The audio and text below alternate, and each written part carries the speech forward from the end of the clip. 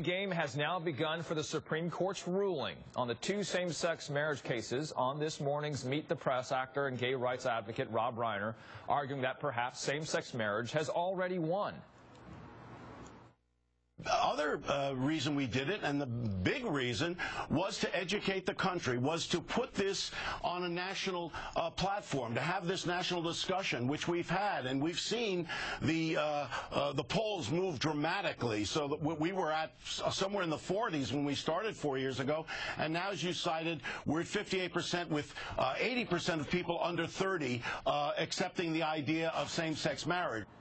All right, joining me right now is Democratic Congressman Mark Takano of California, the first openly gay member of Congress and a minority. Thank you so much for being with us, Congressman. When you hear what Rob Reiner has said here, what's your reaction? Do you agree with what he said? Well, first of all, let me wish all your viewers a happy Easter.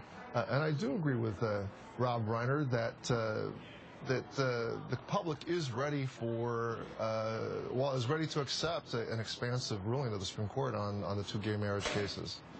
So you do, okay. Now, in your lifetime, I was looking at this a little bit earlier here, Congressman, this on the Daily Beast, and their headline reads, the gayest month ever, same-sex marriage rules March. In your lifetime, when you look at a headline like that, do you think this is the best time for this community, the most broad acceptance, if you will, of marriage equality-related issues? Well, you know, President Obama is very fond of quoting Martin Luther King, you know, the arc of the moral universe is long, but it bends toward justice. I would say with the events of the past week, the past month, that arc has really become an acceleration curve. This has certainly gone much, much faster than I ever thought possible. You know, you first ran for Congress in 1994. You and I have talked about this in the past. You also said that at that time, your LGBT status was a detriment to your candidacy back in the 90s. Now that you are the first openly gay minority Congress member, being gay today, does it benefit you, or is it more of a liability, you think, when running for Congress? Well, I would say it's just become one small aspect of who I am. You know, the voters of my district 18 years ago dealt me a 17-point loss. This past November, they gave me an 18-point win.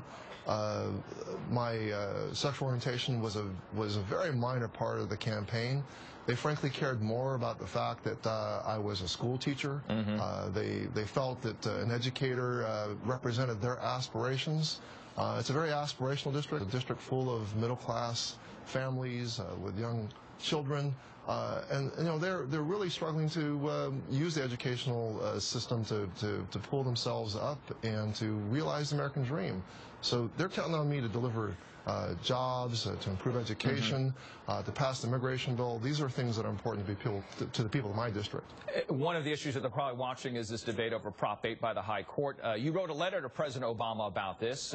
You say, quote, unique perspective on discrimination, having your parents and grandparents all held in internment camps during World War II, and the prejudices you faced as a gay politician. When you look at all that put together, how should the High Court factor in the changing social landscape in its decision? Well, you know, I don't believe that the court should rely on public opinion, but certainly I've been trying to point out that public opinion has changed, and in reality, courts do take into account the likelihood of the public being able to accept their decisions. I greatly admire the questioning of Justice Sotomayor, a double minority, so to speak, someone who understands what it means to be doubly vulnerable. She's both a woman and a Latina, and she, in one minute, was able to really clear up the issue of you know, the equality. You know, she asked the lawyer for the anti-marriage side.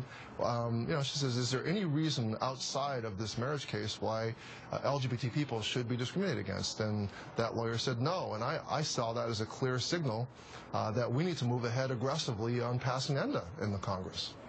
Congressman Mark Takano of California, thank you. The scare at one of the most famous buildings in the world.